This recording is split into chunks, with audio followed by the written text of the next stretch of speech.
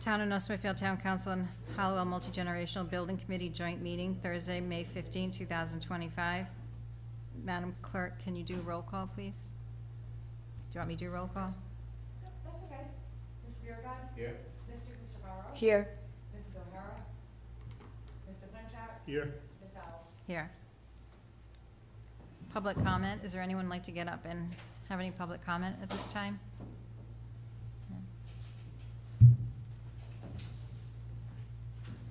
Did you want to open yours? Call the meeting of the Halliwell Multi-Generational Building Committee and Town Council, the joint meeting together to order at 6:45. Could we have a roll call, Jeff? Would you be so kind? Sure. Mr. Mayo? Here. Ms. Wallace? Here. Mrs. Tebow? Here. And and Mr. Savini? Are you here? Better late than never. That's okay. Here. Okay. Thank you. Huh? We're flexible. We're good. We're good. We're good. Thank you, Rebecca. Thank you. Anybody for public comment with us? All right. Ready? Mm-hmm. Do you want to? Shall we go forward? Okay. Right. We'll start off with the presentation by BH+A. Joel, would you be so kind?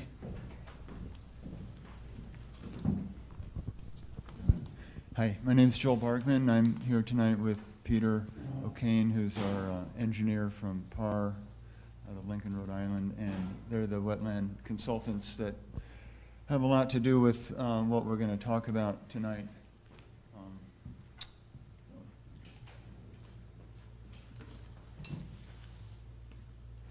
So this is an aerial view of the site, the Halliwell site, before the school was taken down. We've left it in the exhibits tonight with the satellite image with the school buildings because it's easier to identify the site than the newer satellite images. The site is 39 acres, and the question we get quite frequently is, with 39 acres, why are you spending so much time trying to get the building in exactly the right location?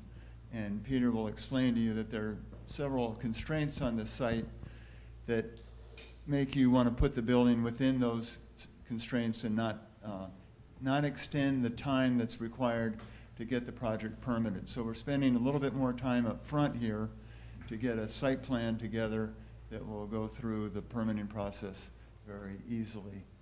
It is a 39-acre site.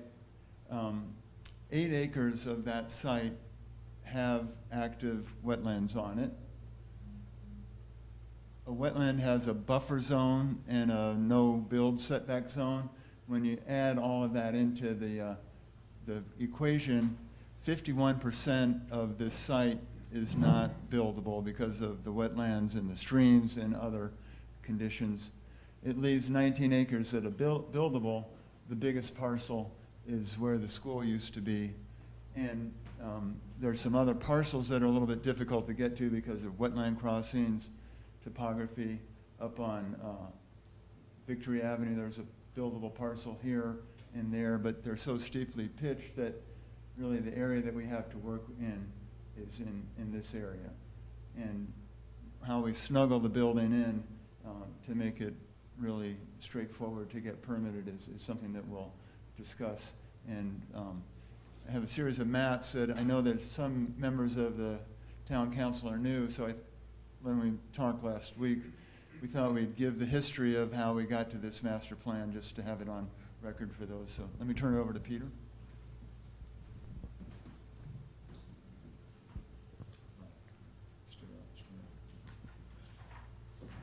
Next slide, please. Good evening. I'm Peter O'Kane. I'm a managing engineer at PAR Corporation, and we are doing the site civil part of the project. You'll note the stream in the middle of the site here.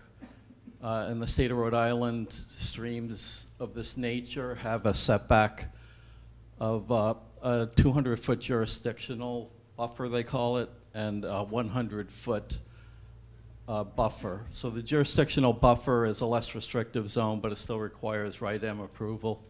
The 100-foot buffer is basically a no-touch buffer. It's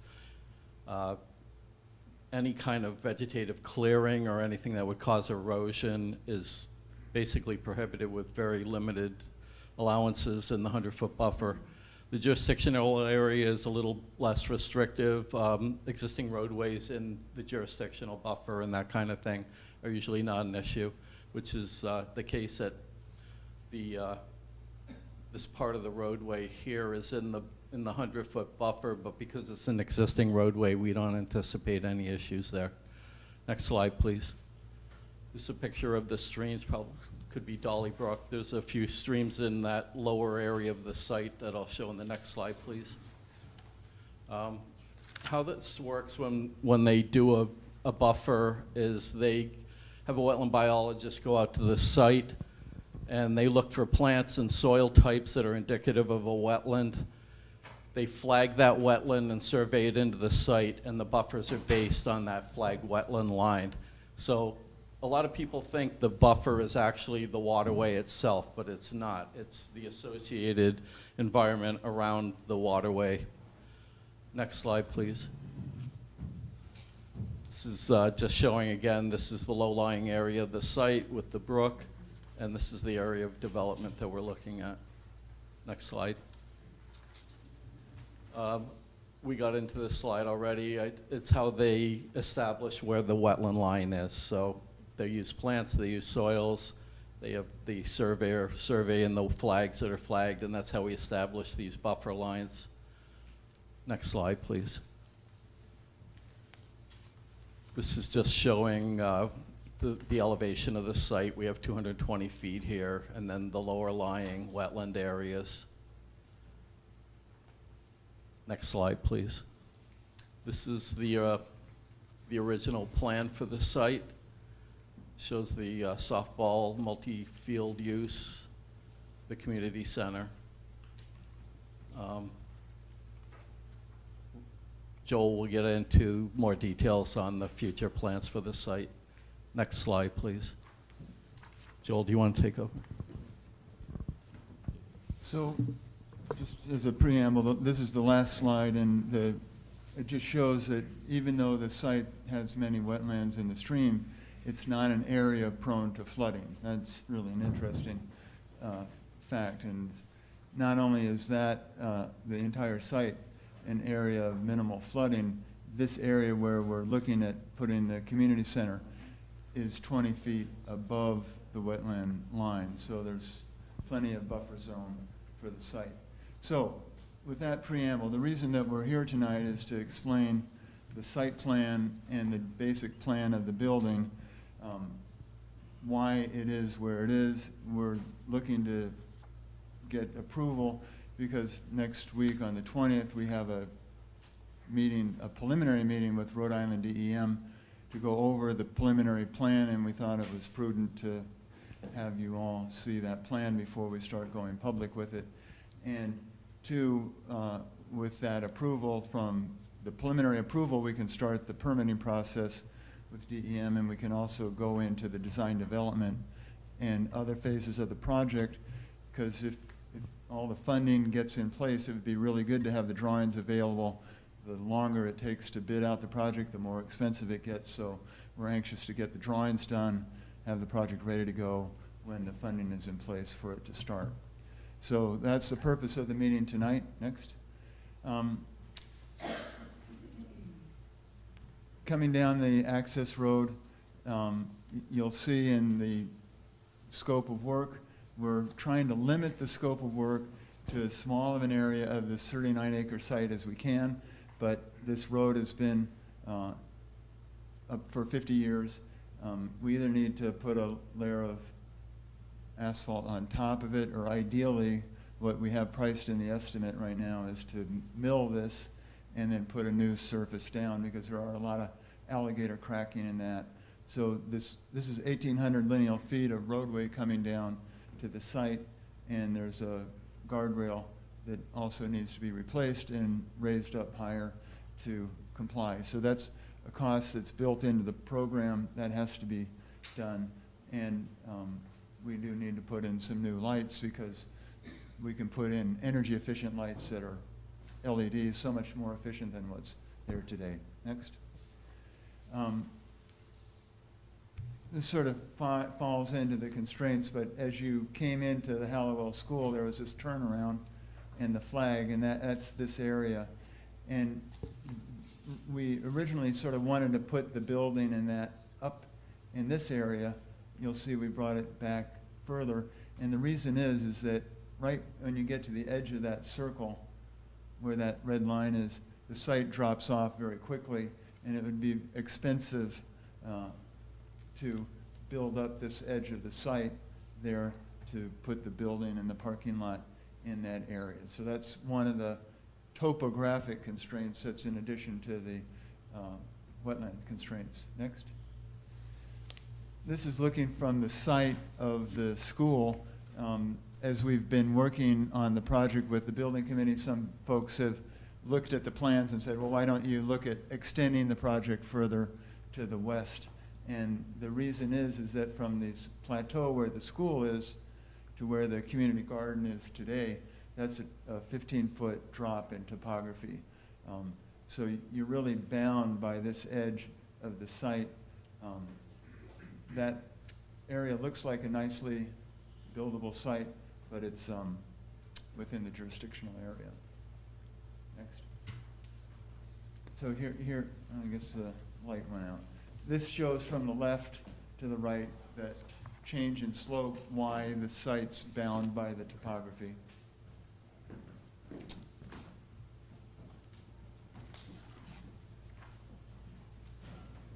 So you can see there's some lights that are coming out, be replaced with new lights.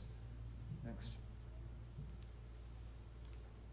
And then the lower corner of the site is a buildable area in theory, but you can see from the number of lines on the topography, it's very steeply going up, and then on the corner very steeply goes down to the river on the lower portion of the site. So it's really not a buildable site.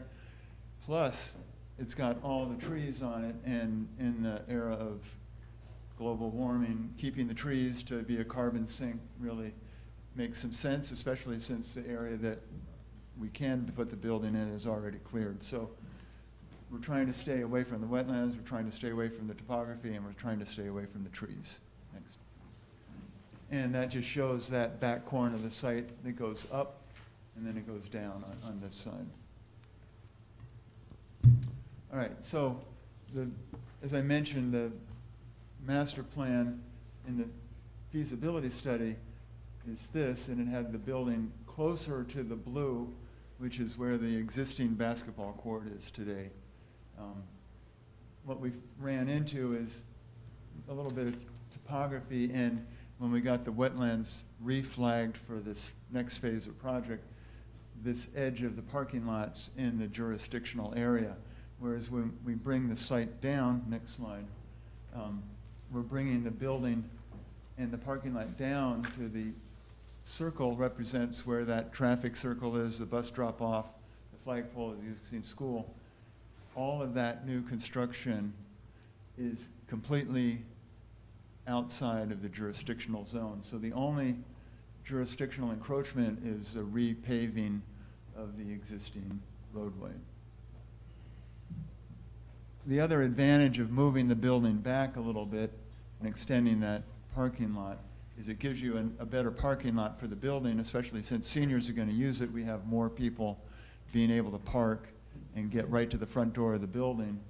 And this sort of dark line that goes through the middle of the site, there's a 2-foot increase in elevation. So what we're planning to do is put the building just on the other side of that ridge. And then it's a perfectly flat site from there back. So we don't have any grading to worry about on the building, which is key. And this puts the building and the drainage from the building and the drainage from the parking lot in a little bit higher location, so the stormwater will be able to sheet to some rain gardens. Next slide. There it just shows the flat zone of the buildable area of the site that we'd like to reuse because it's cleared, it's flat, it's ready to go. Next. So the dark area is the new parking lot. The light gray is the existing road that's being repaved. The orange is the new building, the community center phase 1. So that's the 6,600 square foot multi-generational community center.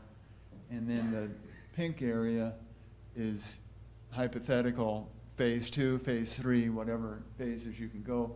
We can get a total of 35,000 square feet on that site without going into the topography, without going into the jurisdictional area, and without having to take out trees out of the site. So it's a big site. We spent a lot of time micromanaging the design, and I think in the end processes, it makes a lot of sense to do that micromanaging because we've gotten a lot of successes that will make it a more affordable project and a more permittable project.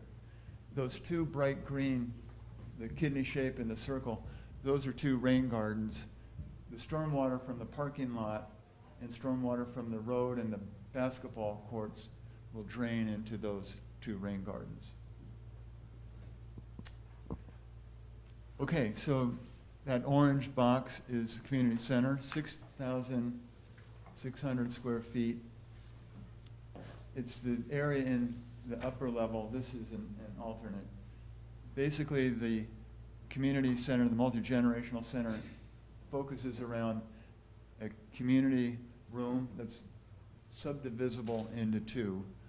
We put seats in there. It's not going to, those aren't fixed seats and they aren't going to be used that way, but it shows the maximum capacity of that room, which is about 150 people.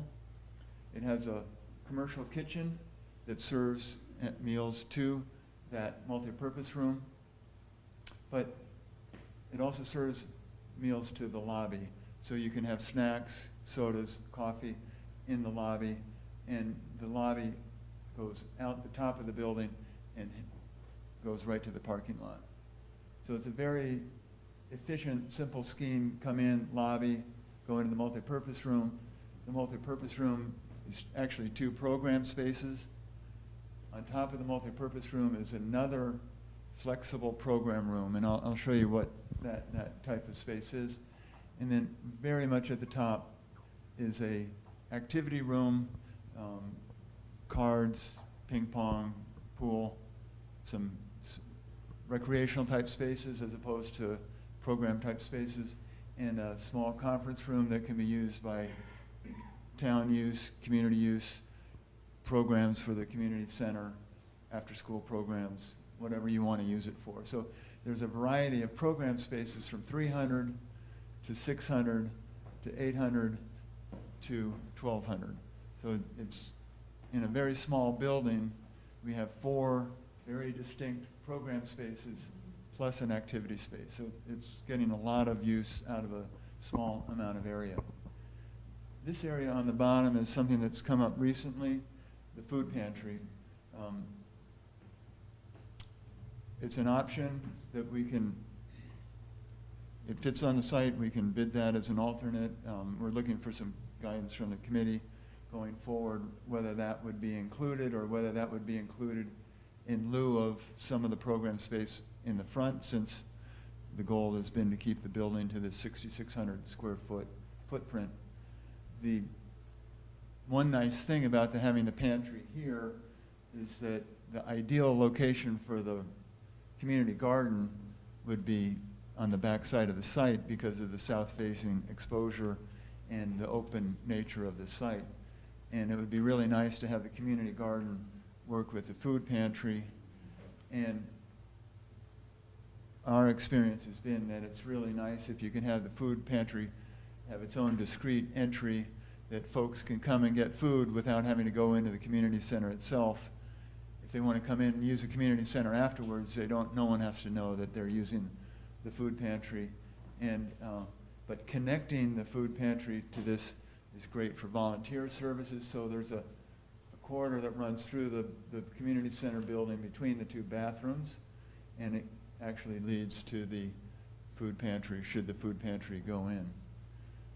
So these 2 red dashed lines on the plan represent areas that could be considered alternates. The program activity space at the top or the program food pantry at the bottom could be considered alternates. And that's another way that we can be flexible about the budget. Next. So that multi-purpose room has a 1,500 square foot patio. The patio is right here, and it looks out on that area.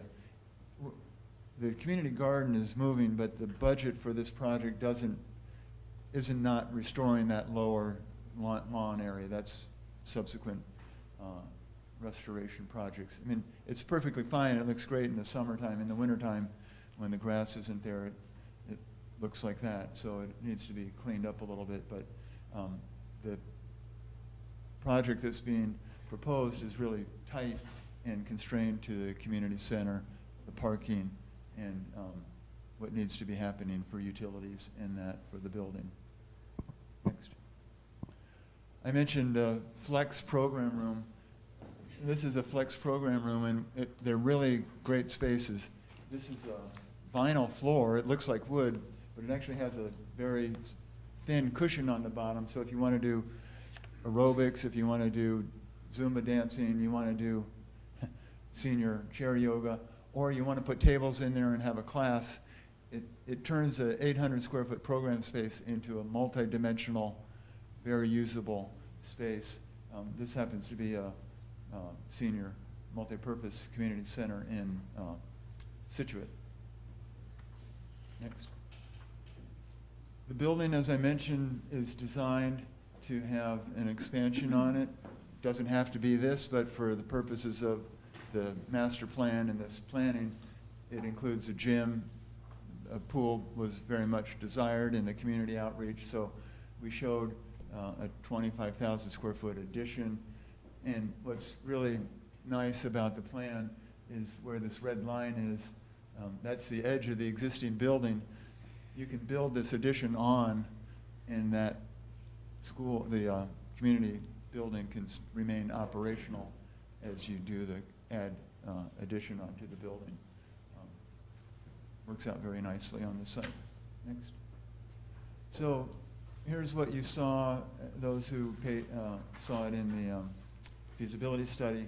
We've reorganized the parking to get more parking in front of the building.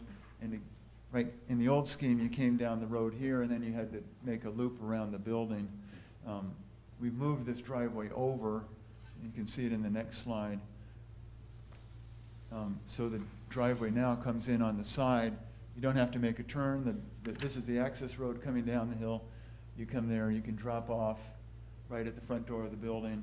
There's some parking on either side for disabled users, senior users. The whole goal is to get as many parking spaces within about 100 feet of the front door of the building as possible. Madam President, may I ask a question? Can we go back 2 slides? I just don't want to lose sight of this. You had the 12,000 rather square foot option. I don't see that the food pantry is. It should be. It's okay.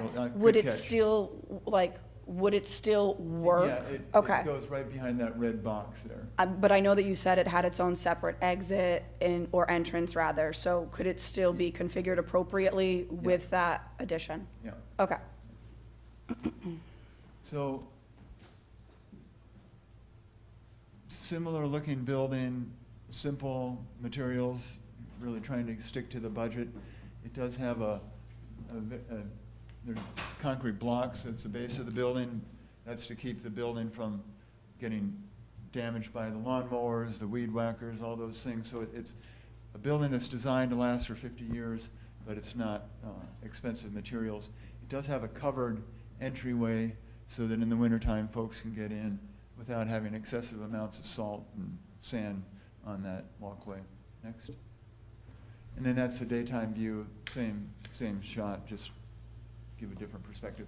Looking over that way is not quite accurate, but that's the drop off in the large area that I showed the picture of. Next. Joel, before you move Yes, sir. on, CJ, could you go that previous slide? One of the things that we also talked as the committee was paying some homage to the previous school that was there.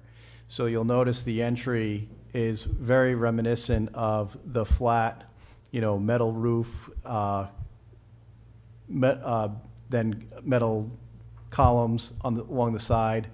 similar to those outdoor corridors that we had. Oh my goodness, sorry about that. The outdoor corridors that connected all the existing the previous buildings of the Halliwell School. So we wanted to make sure that the history of the school was recognized in some abstract fashion, but that's kind of the direction that we worked with Joel and his team on. So here's a view, and I'm standing on the edge of the site, looking back. That's the community room. So this is the large side of the room. That's the small size of the room, and that's the program room that had that flexible floor. And there's actually a door that connects those. So if you want to have a big event, let's say the Boy Scouts want to have a jamboree and have a dinner, you can use the program room as a serving room and then have this all set up as a banquet hall. Seniors can use that. But the rooms are distinct, but they're interconnected, which again provides tremendous flexibility. And then we have this nice patio, and that all looks out at the view. And then this is sort of the corner view that shows you that drop off right at the overhang. So cars come in. The passenger side is on the curb side. Common mistake at community centers is to reverse that. And then it just shows how the sort of big room is a little bit different color, but this is all clapboard siding, but it's not wood, it's synthetic, so it's actually made out of fiber cement. It lasts forever. It's very durable material, very simple building. And then this is just some pictures to show you the size of that main room. Again, it's set up with chairs so that folks could understand how many people we can get in. This is showing what we'd really like to have an exposed wood ceiling. If the budgets, when we get through the next phases of design, don't allow that, we can do the same thing with a concealed ceiling. But the idea is to have windows on this side that look out to the landscape and the views, and then windows on this side of the room that let light into that room. So it's, for seniors using it during the day, it's an exciting light-filled space. You don't need to run light fixtures during the day. It'll be very nicely lit from daylight. And we're doing some work in terms of the acoustics, possibly making that smaller area have a flat ceiling and just have the larger ceiling in the bigger portion of the room. Things that we'll be looking at with the building committee. I just wanted to show this to show you what's happening and what happens in design development as this kind of exercise gets discussed. Next. The occupancy of the building, if every room was filled, is 231 folks. We have parking for 61 spaces. All the different uses in the zoning are below that 61 space limit. It's always a hard, you don't want to have too many spaces, you don't want to have too few spaces. Next. And then this is a build-up of the current pricing. In the next slide, I'll compare it to the previous pricing. The building is $4,300,000. The site proper that supports the building is $1.3 million. So that's the repaving of the road, the guardrail, and the new parking lot, and the storm drainage.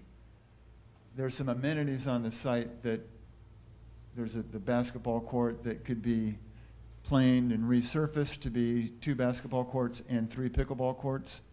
Overlaid, it would be hugely popular. All of our current senior centers are incorporating pickleball into their facility.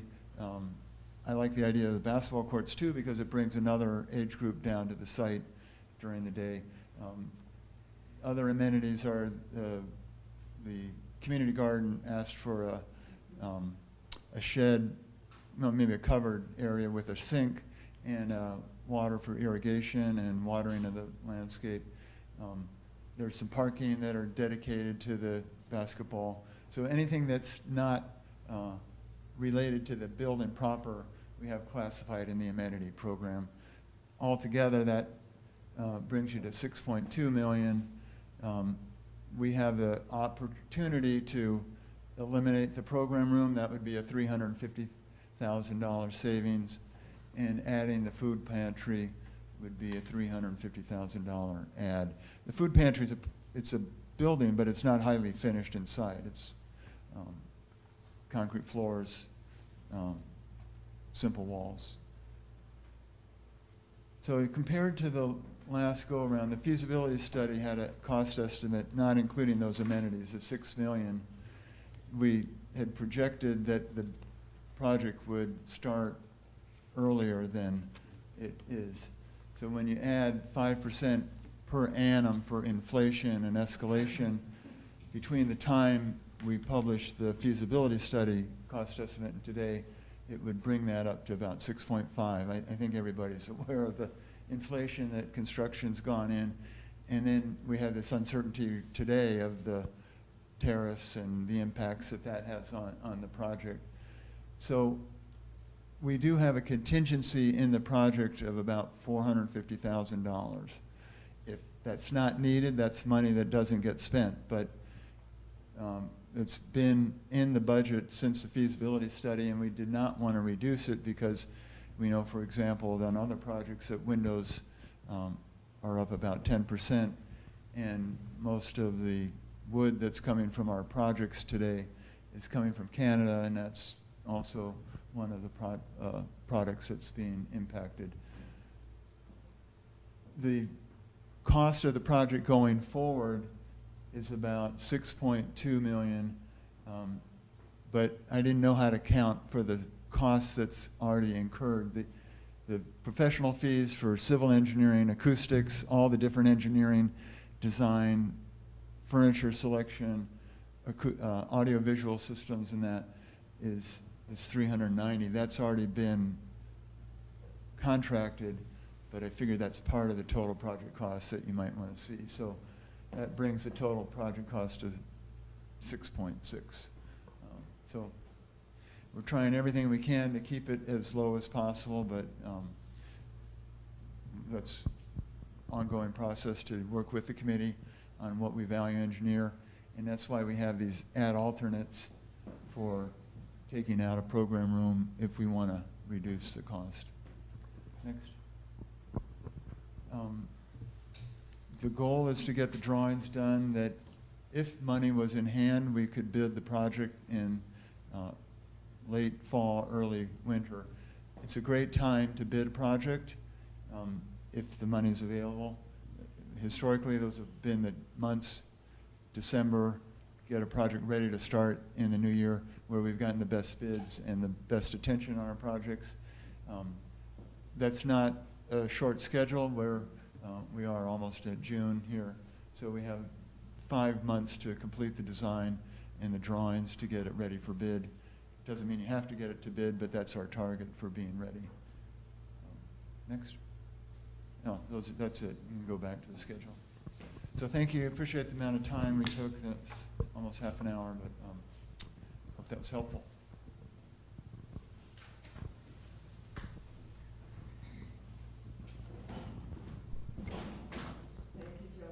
Well, thank you, Joel. So now we'll move on to one of the reasons, the biggest reason we're all here tonight, for discussion, consideration, and action. Site plan approval for DEM permitting, schematic design review, and approval to move into the design development phase. Ta-da. Now's the time, folks. CJ, do you want to pull up the site plan in that, that presentation?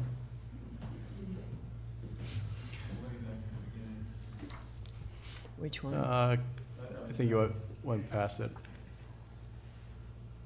One more. There you go. So as Joel was saying earlier, BH+A and PAR have a preliminary meeting to discuss with Rhode Island DEM. And we wanted to make sure that before we started DEM applications is that we had question and comment period with the council. We had buy-in from the council and approval from the council, so then that way we're not spinning our wheels during this DEM permitting process. So I would certainly open it up to the council if there were any questions for Par or Joel while they're here, to ask your questions and get any resolution that you might need on the site plan first. Because obviously, as we've heard, DEM permitting takes quite a while. And I believe it's anywhere from 90 to 100 days, if not more sometimes.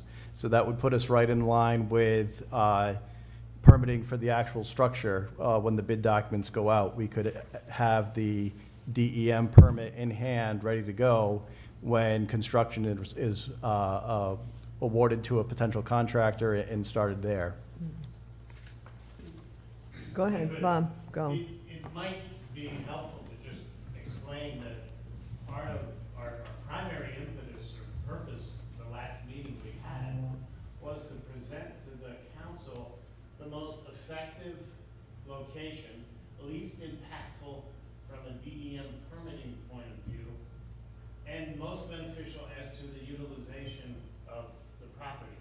So I believe we're all of the same mind with the design team and our committee that what we're presenting has been well thought out and is the least obstructive as far as the easiest way to go through DEM is with this, is our belief, which is in everyone's best interest.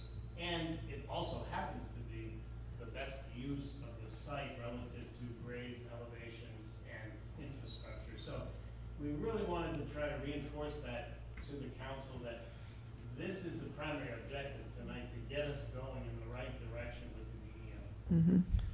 So I'm obviously part of the committee, so I've had, meetings and input on what you're seeing now. My only thing, and I've said this during the meetings, is if you're going to a pre-app meeting with DEM, I would go with everything you want. The master plan had baseball fields or softball fields and soccer fields and a dog park. Put them in now and go to that meeting. Yes, it may extend, that review period slightly, but I don't think we would be looking for anything. We're not using a significant amount of already cleared land. Put something there.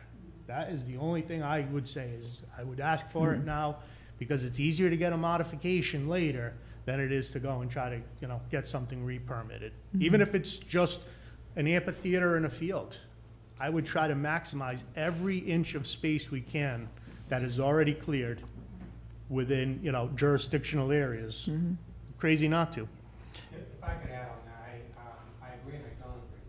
I think it's important for DEM to understand conceptually what the long-term plan is, but I don't think we should be spending money to engineer stuff for a second phase if we don't know whether it's going to happen or not happen. I think showing the idea, but we don't want to be putting the money into actually engineering any of that as part of the wetlands permit process. I think the important thing is that regardless of what happens with this project in terms of scope, this is going to be driven by money. The fact of the matter is, this stage as it relates to site planning and engineering is baseline. So whether you do half the building or the full building, you still need to do what we need to do. What they're proposing at this point. So that makes a lot of sense. It's just with caution. Engineering for recreation areas that we don't know if they're going to happen. We'd rather put the money in what we do, what the first phase is. That's my Even if you show it as, potential future, just something so that at least it's, and then if we had to modify later, it's all gonna be, permeable areas.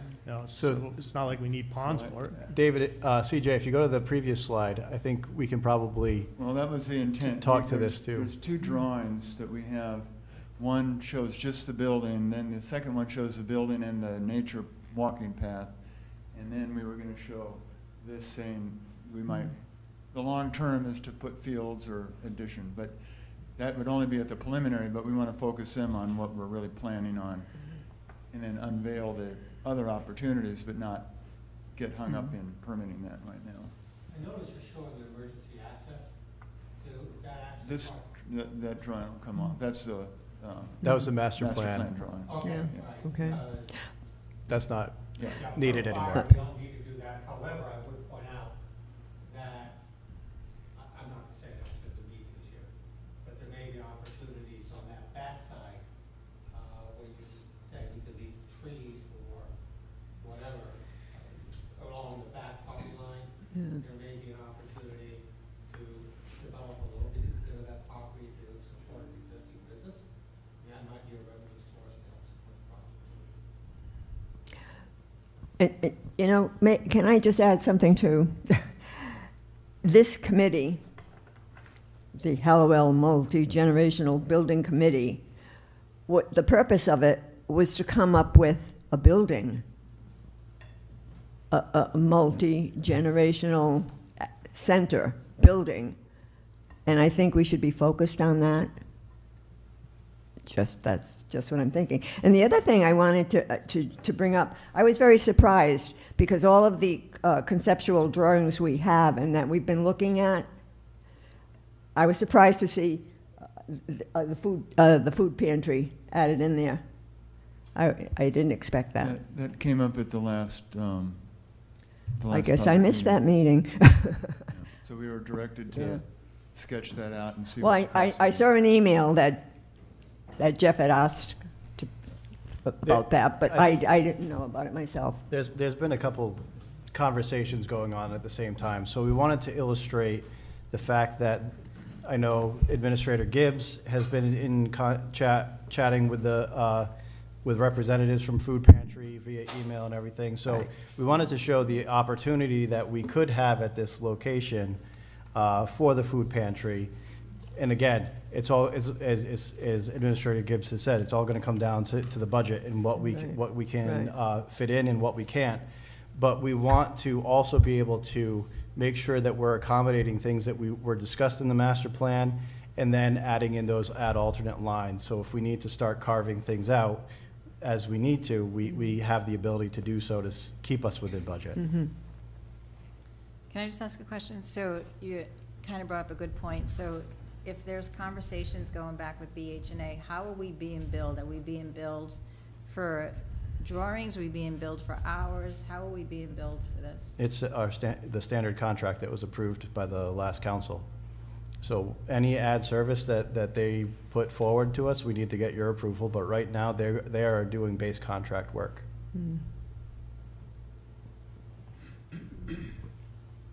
Does DEM permitting entail a cost? Yes. And was that factored into our budget for this project? Like, do we currently have the funding for DEM permitting? Joel, I don't Is think, the question whether that's funded by that's in our contract. But do we currently have the funding for the DEM permitting process? Okay. But I would assume you're not talking at this point, anticipating going through a formal process. We will, Assuming they don't have a problem with the entrance road, you're all staying outside the jurisdictional limits. we think we still have to do an application, but Actually, you would have to, because it's wetlands on the site, Yeah. but it's not a formal process. no, but that's all included in our, Okay. whatever's involved is included in our contract. Okay, thank you.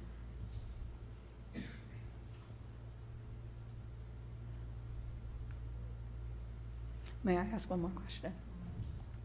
So the total cost, I think we said it was around 6.4 million. 6.6, sorry, 6.6 million.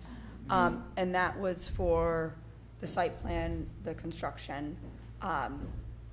There was, I know that we're pursuing 2 grants right now, the $4 million grant and the $1 million grant. The $1 million grant is for the land. Is that 6.6 inclusive of that 1 million that would be allocated for? Okay, I would say no, but you may be able to take a portion of it okay, and apply it to the phase 1 project. okay. I was working with Mark on that, and the things that are in the amenities, he thought would be fundable Okay. out of that grant because they're passive recreation features. And But that would be primarily on the additional parcel. yes, yeah. The area that was showing additional development, but there's still work that has to be part Right. of that we could maybe plug in for phase 1. Mm-hmm. start to go through that, because we finalized the $4 million grant, that's all been done. Mm-hmm. We're now working on the $1 million grant. There's a lot of ambiguity on that $1 million grant. We're trying to clarify it to Mhm. make sure it fits in well with this project. Okay. And then we have another 1.5 that we have pending, and apply the Jackson's office. Okay. I think we talked about utilities at one point, and I don't recall the answer. That building has domestic water currently, sewer, or septic? Sewer, water, and electricity. And we're probably gonna have to put a fire service line in, correct, if we're gonna sprinkler that building? We are. So we're pretty much tearing up that driveway anyway. There's a hydrant down there. We have to do a hydrant test to see if we need to get additional, but it looks like there's enough water on the site to do the sprinkler system. There are 2 hydrants down there. Without any kind of storage. We don't think so. But we do need to get a fire department to do a perk test for us.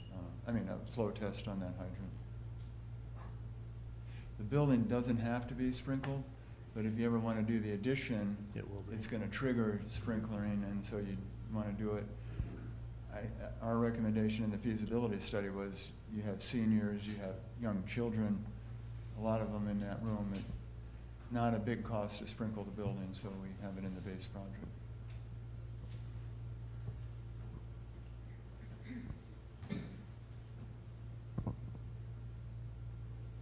And Scott's gonna come up with the difference in cost to what we have for funding through additional grants. Very much. So are we gonna be required to have another exit from this building? No? We talked to the fire department, we're all set. Okay.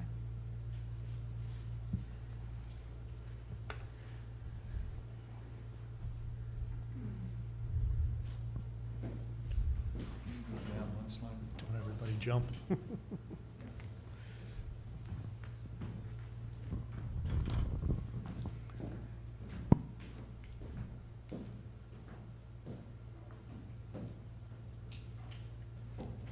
John, you have nothing to say. What is it that you're looking for us to approve right now from the council? Well, we need the council to give us an approval to go for the DEM permitting. But not all the actual, what we need of the building, but basically it's the schematic of the design, right? Yeah. Yeah. We need the okay for this design, so To- then that way our architect and engineer can start the process with Right. DEM. Otherwise, we're delaying a process that is very time consuming. But when we're saying this design, we're not talking about every single room and. Right now, I'm saying- talking site plan. Site plan, that's what I thought I said, yeah. The site plan to go, and we need to do that. And by not doing it, it's just gonna hold things up. And that's a process that I've been told by Mark and everyone, that takes time.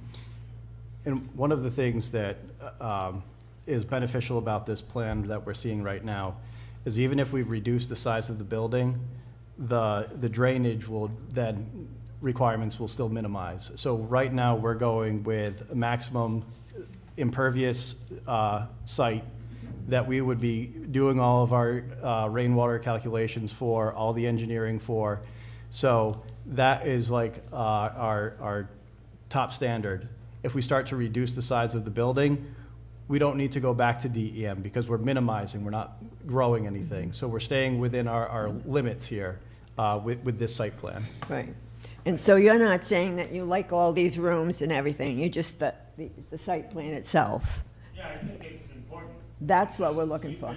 Keep focus, yeah, This is one step. It's Yeah. the First big step. in a series of multiple steps. yeah, And it has nothing to do with the color of the wall. right, or any Size size, of the or what we building. call the rooms, It has to do right? with what the DEM wants to see in order to approve the process. So if we look at it from that perspective, what's being presented is, again, in my opinion, the most beneficial to all of us, and also the least, most agreeable to the DEM.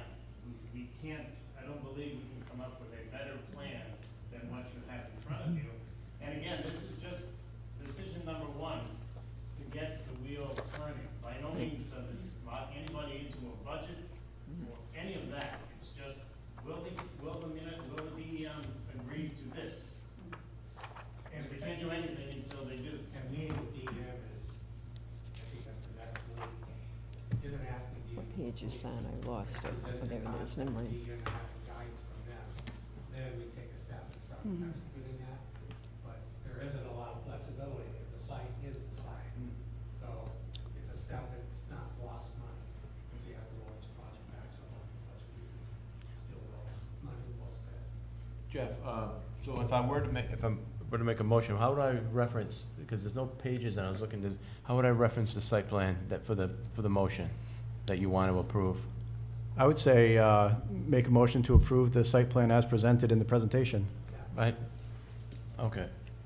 I just thought maybe there was a page, because it's not paged, it's not, all right. I would just like to make mention personally that I don't have any additional questions, feedback, or requests. I'm going to defer to the experts here. I think this presentation was very informational, and I appreciate the insight that you've all provided, and I appreciate the work that you've done. So, nothing further from me. Go ahead, John. You're looking for a motion? I'll make the motion to approve the site plan as presented by the board and by the architect for approval for the DEM. I'll second, but can I just please, when you go to the preliminary meeting, please just try to maximize. It's a preliminary meeting. They're either going to say, yeah, that's not a problem, or nope, it's going to, please just try to maximize the space as much as possible. Even if it's things that we're not going to use, get them permitted now, and we can always go for a modification.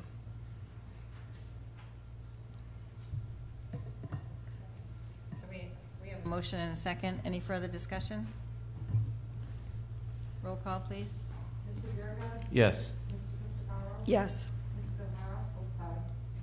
Mr. Frenchek. Yes. Ms. Ellis. Yes.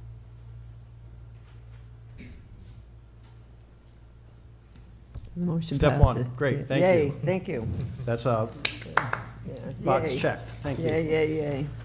All right. So then for the second portion of that Adjournment. discussion, consideration, and action is the approval to move into design development phase. So what Joel has presented to date is where is basically up to the end of our schematic design phase. That means that the rooms have been massaged to where they need to be located. The programmatic elements have been massaged to the sizes that we feel comfortable with. The activities in the program rooms are all fairly now decided upon where those locations now land. The design development phase is now, as we move into it, exactly what that phase is, the development of the schematic design.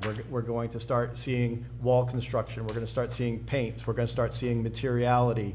We're going to start seeing a little bit more renderings or visual aids, as Joel presented with those 4 different options of that one space. And then with that comes an exercise to see where we land on budget. Because it's going to be more detailed drawings. It's going to say, you know, this room has acoustical ceiling tile. This room has the vinyl plank flooring that he was describing for the flexible rooms. The restrooms have polished concrete or tile floor. It really gets into that next level of documentation. So then that way, the estimator can start to put real numbers to it, and we can start to really get a more refined budget of where we land. So, CJ, if you want to go to the plan, or even just the outdoor renderings. So you know, this is a schematic. Let's see. No, that's the master plan. One more, please. No. Thank you.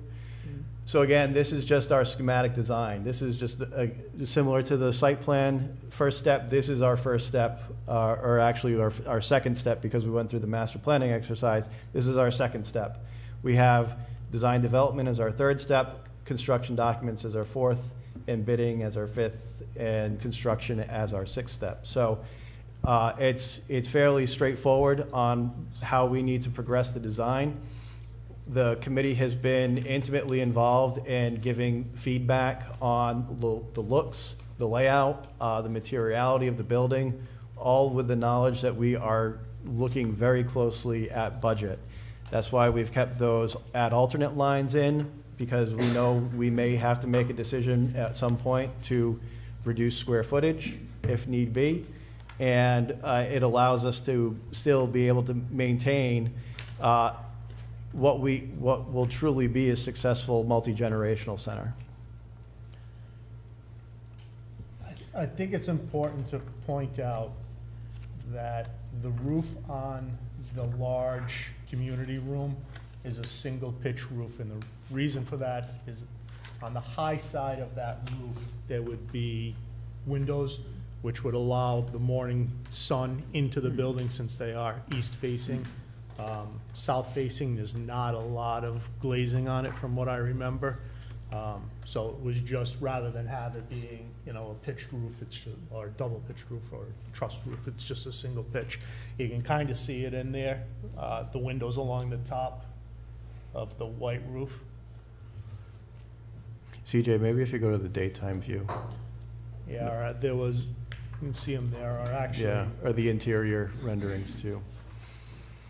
One of the nice things that we discussed this as a committee as well, is that this gives us the opportunity to really, whenever phase 2 or 3 come into play, it really begins to give us the opportunity to balance out the building now. So we have, as David said, really great natural light coming in from the east when the sun rises. But then, CJ, I'm gonna have you jump around. I'm sorry, man. Could you go back 3 slides? No, one more. Go back forward 1. Sorry. You can see the outline here of the phase 2 gymnasium, and similarly keeping the phase 1 roof pitch. So it's really starting to come together architecturally very nicely. Aesthetically, the form and the shaping really comes to marries into each other quite well. So with those white lines, you can see the outline of phase 2 and how that would marry into phase 1. So, we're keeping an eye on a lot of things as a committee here. We're looking at budget, we're looking at phase 1, but we're also keeping an eye further down the road onto phase 2 and 3 of how, once this wildly successful building gets built, how we can continue and maintain that success by bringing on the additional pieces of the phases that were outlined in the master plan.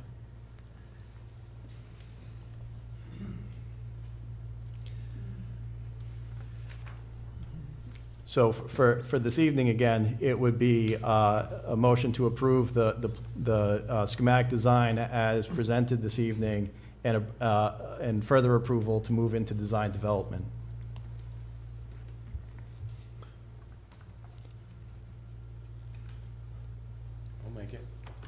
I'll make a motion to approve the schematic design as presented, and to move into what further development? Design development. Site development. Second.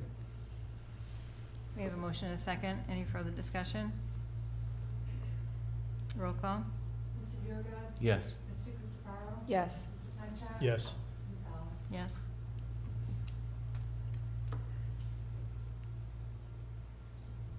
Thank you very much. Before we excuse BH+A and PAR, were there any other questions that you might have for them?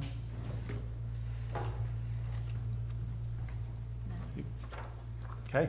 Do we want them included if we're talking about future meetings? Yes, thank you. Yeah. You're welcome. The next thing was to, a determination of the next joint meeting, but I think we need to meet more. This committee should meet and do some more work before we come back with for a joint meeting, so that we have things ironed out, like contingencies and removing this and removing that. And I think looking closer at it and bring some actual suggestions to the council. So just not have another meeting, just have a meeting. On their schedule, they Yeah. show design development July 25th, 2025. So sometime after that, are you comfortable? So whatever our meeting is after the 25th of July, Oh, for them to be back here? That was the intent of that agenda item, to solidify a date after design developments gets wrapped Right. up, so we're obviously gonna continue meeting as a group with Right. BH+A and their consultants. But I just wanted to make sure that we either got it on the books or at least got it on everyone's radar, that in order to maintain schedule and process, getting council approvals, that we set a date, so then that way we have it in the calendar, we're ready to go. If it gets closer, I know that's in, design development is wrapping up in August. I know that's beginning of school, a little bit of a tough time, but if we could pencil in a date, we can. And if we felt like we needed to revisit the topic as the dates got sooner, we could certainly do that too. Actually, it looks like he's got 8/22 Yeah. scheduled there anyway. Joint meeting to review DD cost estimate, so essentially this estimate in the drawings. It's like a Friday. Is it a Friday? Yeah. So So we somewhere going around out to there. the end of August, or we going to the middle of August? Design development wraps, according to our schedule here.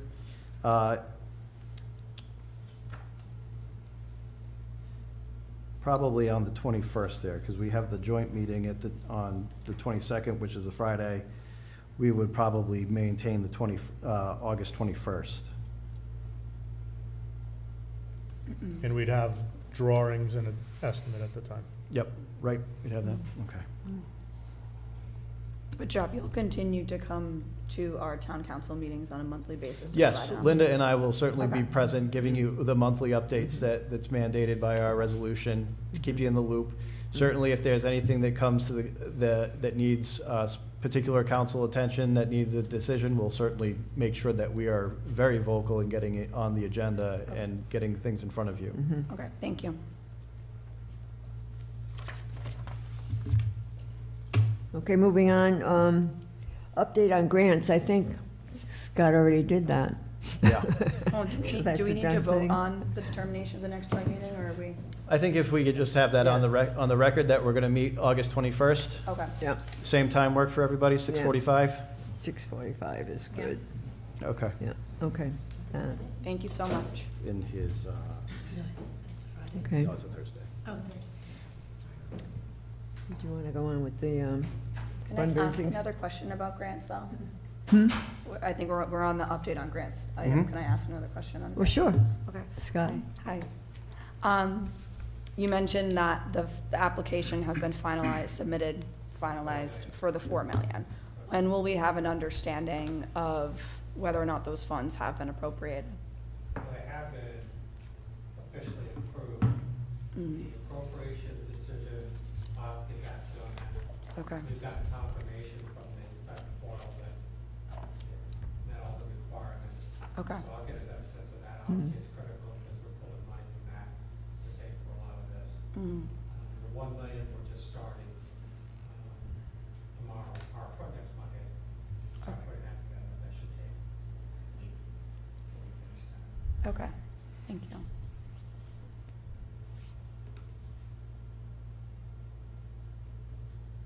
Anybody else? Questions for Scott? No?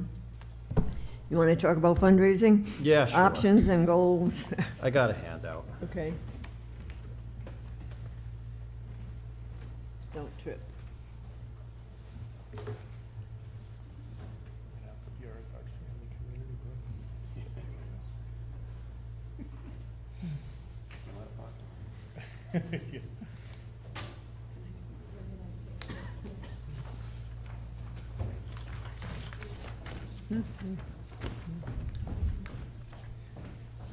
Pass those down. I think I made too many copies. I was expecting a fuller house tonight.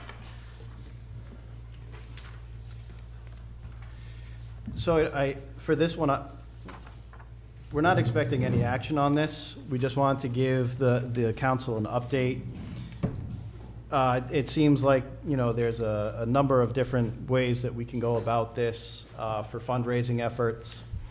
I want to talk with Mr. Keene over at the Heritage Association to kind of understand how partnerships work with nonprofits and in the town, because I know he goes through a budgeting process with the town. And this was based off of a library project that I had worked on with the Friends of the Library group. And they had utilized names of significant historical figures of that town. And what we talked about at the last meeting was just starting to get together some potential ideas of, you know, sponsorship tiers, whether it be individual, family, corporate. And in that instance, we start to pull out different names like John Slater, Dr. Halliwell, Henry Kendall, Reverend Harvey Eastman, Peleg Arnold, and James Bushy. Certainly, we have an extensive list of notable historic worthy figures throughout town since our incorporation and then some. So, you know, we have these 6 tiers, figuring that, you know, these are some folks that contributed pretty greatly to the formation of our town, and as it's moved forward, certainly contributed to it as well. So those were some ideas of potential sponsorship tiers. The number of for cost was considered. So obviously, you know, John Slater and Dr. Harry Halliwell were the highest. We wanted to make sure that we're maintaining and respecting the namesake of the property as well. And then we also had, as Joel presented, we had the patio. So we were thinking that there could be an option for patio bricks. We could look to do bluestone in different sizes as opposed to just your standard, you know, 4x8 brick that would have names installed on it. We also were looking at, you know, dedication benches. I know the town hit maybe a year or 2 now ago, we're talking about having benches throughout this property here at Kendall Dean. But also the thought was that if we continue with further site improvements, particularly a trail system, that we could do dedication benches throughout the property in various locations. So again, suggested pricing for that as well. And then there's also the ability to have naming opportunities. So if we so felt inclined to have certain individuals donate money to have the multipurpose room named after a relative that has passed, that has been active in the North Smithfield community, we could certainly look at something like that. And then we could, you know, I've seen buildings be named every single room, including a storage closet. So, you know, we can kind of pick and choose our limits here on where we were thinking. But again, this was just to provide an update for the council, because I know one of our charges is to look at alternative funding methods. And this was just one that we're starting to kind of scratch the surface of and get an understanding of potentially how other groups in town have worked for fundraising and everything like that. I don't think a brownie sale is going to be our best bet in this option. It could certainly help, but I think we need to start looking a little bit more bigger picture as well.